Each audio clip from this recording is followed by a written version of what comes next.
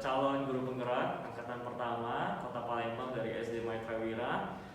Hari ini saya akan berdiskusi bersama dengan rekan sejawat saya, Bapak siapa? Sukiri, ya Bapak Sukiri Yono, mengenai kasus Ibu Tati. Nah, seperti apa jawaban respon dari rekan sejawat kita?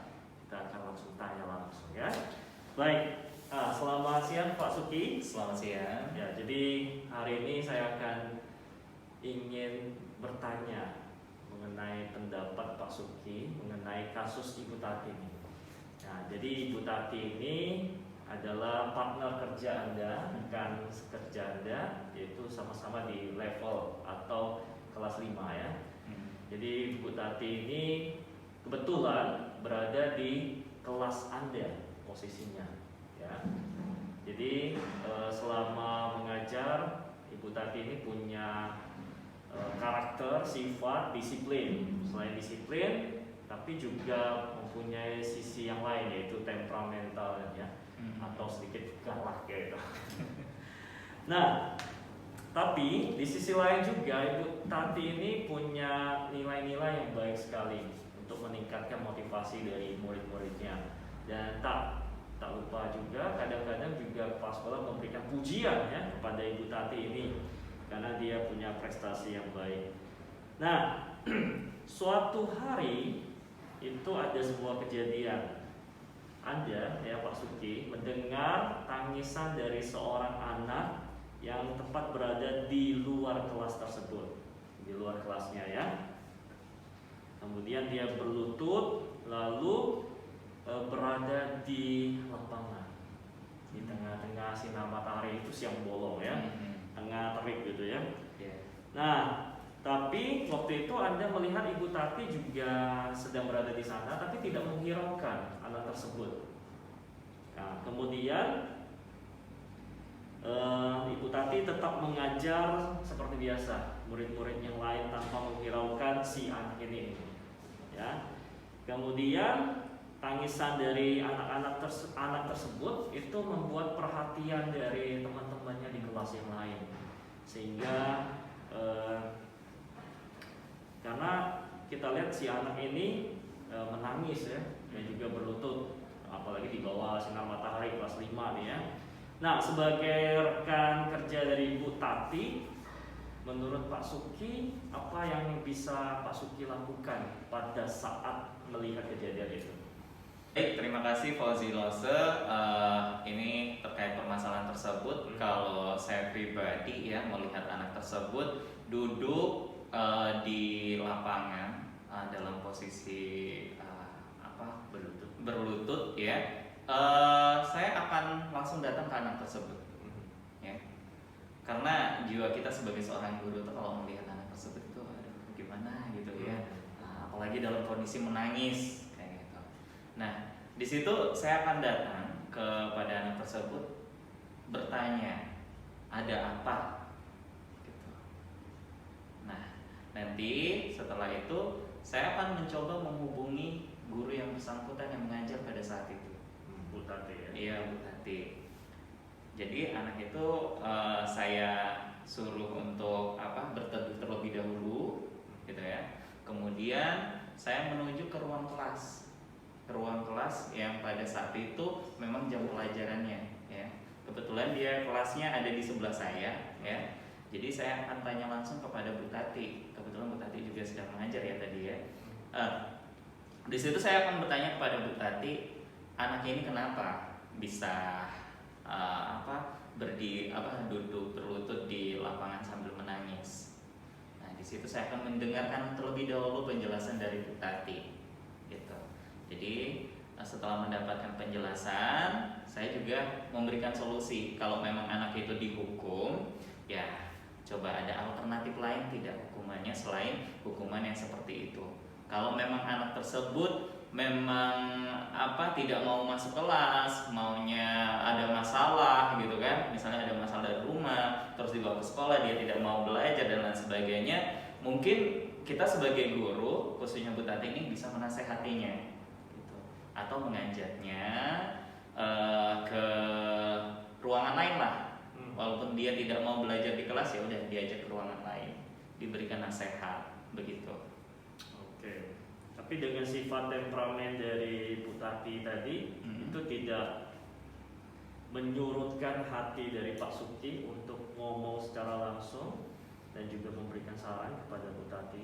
Ya, dari saya tahu ibu ini seorang yang disiplin dan juga memang kalau di kelas ibu ini sangat sangat ya itu tadi dalam tanda kutip galak ya. Tapi kan kita sebagai rekan sejawat gitu atau guru sama guru pasti selalu ada masukan kayak gitu loh. Nah, selebihnya karena memang itu kelas dia saat itu, saya serahkan kepada beliau mana yang terbaik untuk anak tersebut supaya nantinya perkembangan anak itu kan berpengaruh juga. Kalau seperti misalnya dia mendapat hukuman, dihukum untuk berlutut di lapangan, apalagi banyak anak-anak lain yang melihat gitu kan. Jadi itu juga mempengaruhi dari perkembangan anak tersebut. Nanti takutnya siswa tersebut takut datang ke sekolah, takut dengan guru tersebut, terus belajar tidak konsentrasi, terus juga ketika pelajaran guru tersebut dia malah nggak masuk kayak gitu. Itu takutnya seperti itu. Baik, terima kasih Pak Suki atas pendapatnya. Semoga ini menjadi saran terbaik untuk kasus Ibu Tati kali ini. Terima kasih. Iya, halo Bu Evi. Hai Mr. Fauzi. Iya, senang sekali. Saya kembali langsung bertanya mengenai kasus Ibu Tati ya. Bagaimana pendapat dari Miss Evi? Okay, thank you Mr. Fauzi for the question. So for me myself, what I will do first, what will I do first? I will ask the student, like ask him, how do you feel? Gimana perasaan kamu? Like, are you okay? Apa kamu baik-baik saja? And perhaps mungkin dia sometimes bisa ngambek, gak mau masuk, especially the students, the kids when they cry, they don't want to talk with us. Sedangkan kalau anak-anaknya lagi nggak bisa tenang, lagi sedih atau apa, mereka tidak akan bisa atau mau ngomong bicara sama kita as a teacher. So it's better to bring him to the office or bring him to a room, bawa ke suatu ruangan yang mana sepi, and also and why, kenapa harus kita bawa pergi? First, his crying disturb other students to learn. Dia tangisan dia itu mengganggu anak-anak yang lain.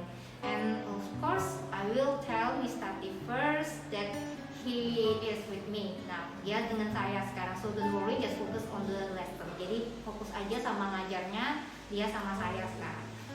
Key is, kuncinya itu cuma satu. When we meet this kind of student, we have to make him feel secure and comfortable first. Kita harus membuat dia merasa aman dan nyaman sebelum dia mengutarakan perasaannya bersama gurunya itu.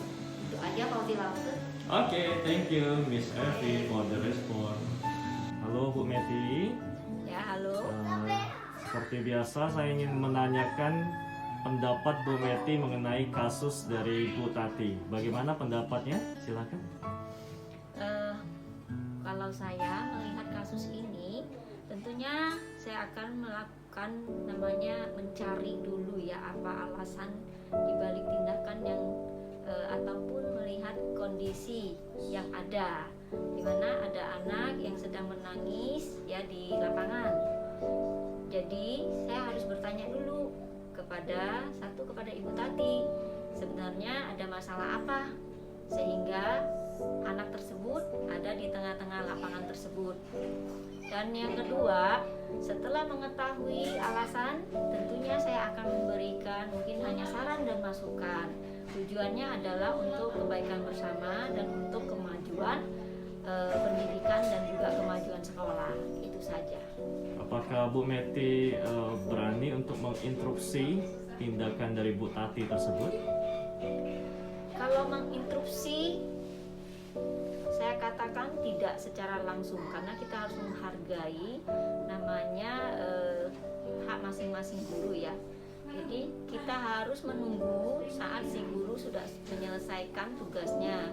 Setelah itu baru kita bertanya kira-kira ada masalah apa, sehingga kita nanti lebih ke bentuk sharing. Jadi kita bukan namanya menginstruksi langsung ya, apalagi memberikan seperti perintah begitu, tidak, karena kita adalah sesama rekan kerja posisinya. Dan jika hal ini tidak menunjukkan menunjukkan hasil yang baik, tentunya kita harus melakukan yang namanya melaporkan kepada pimpinan, sehingga pimpinan mungkin lebih berwenang untuk memberikan teguran ataupun memberikan pembinaan. Oke, baik. Terima kasih Bu Meti atas pendapatnya. Ya baik, sama-sama. Oke, menurut saya masalah kasus Bu Tuti, saya akan terlebih dahulu mendekati Bu Tuti lalu menanyakan kepada beliau apa yang menyebabkan anak tersebut menangis. Apakah kesalahan anak tersebut memang sudah fatal sehingga Bu Tuti menghukum anak tersebut di luar kelas sampai anak tersebut menangis.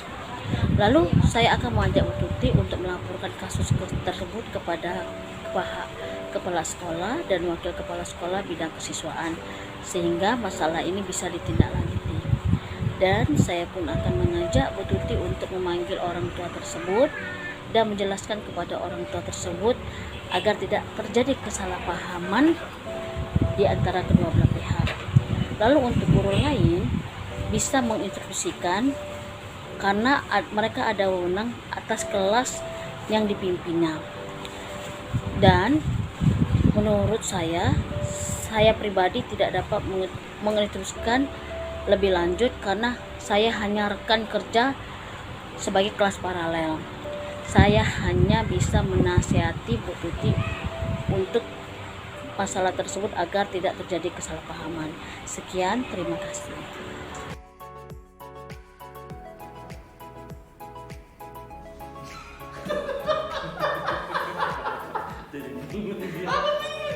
Nggak apa-apa, nanti ikat yang pas gitu ya. Oke, nggak ulang ya jawabannya ya.